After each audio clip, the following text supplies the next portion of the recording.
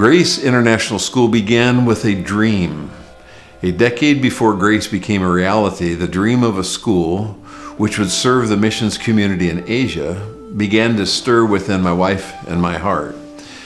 These dreams were fueled by stories of missionaries who felt they had to leave the mission field and return to their home countries due to lack of quality educational options for their children.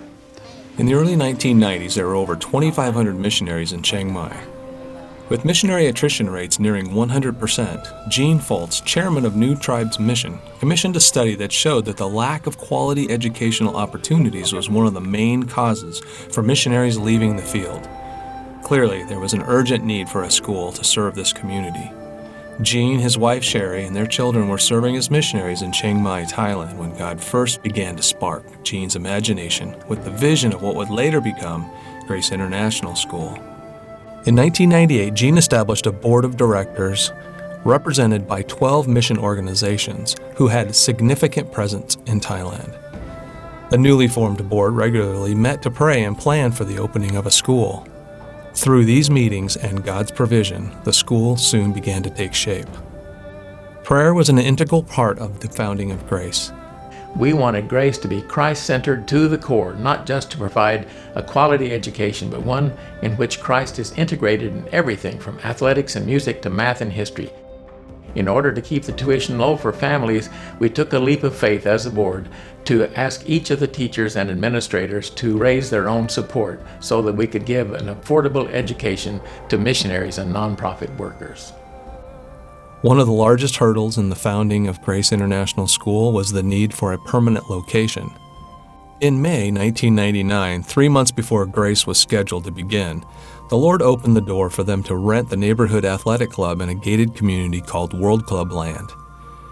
It was hard for Gene and the board to know then what a blessing this facility would be for thousands of future students over the next 17 years. I was chairman of the board at the time when someone brought me a piece of paper saying, turn over the administration of the sports club to us by the end of the month or we will take you to court. I didn't know what to do but get on my face before the Lord and say, God, this is too big for me. And so sure enough, we turned it all over to Him, and He has helped us get through this. After years of losses and appeals, Grace was ordered to vacate the property and pay to restore the facilities to its original condition. Additionally, Grace would not be compensated for the original purchase price of the complex. Once again, Grace International School found itself without a campus. However, as God has done many times before, He again demonstrated that what we may see as the closing of doors is actually the opening of brand new doors. Looking at our new home on the new campus, it's amazing to see how far God has brought us. We have gone from a small house in the 1990s to this incredible campus surrounded by rice fields. It's just beautiful.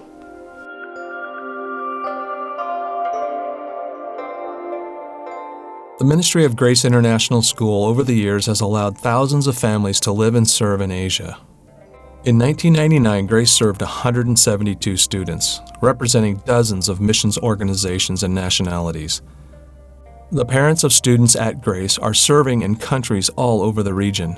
20 years later, Grace serves 665 students, of which 90% are missionary kids from 326 families. These families are from 20 nations and serve in 30 countries, reaching out to millions of people. The history of Grace is God's story of provision and faithfulness to His children. Looking back, we can see how each strand of the story has impacted missions in Asia. Because of Grace, a harvest of unity has been sown among ministries in Chiang Mai, and countless people have grown deeper in their faith.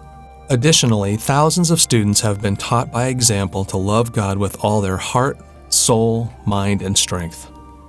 As a result, many people all over Asia have heard the good news of the gospel of Jesus Christ.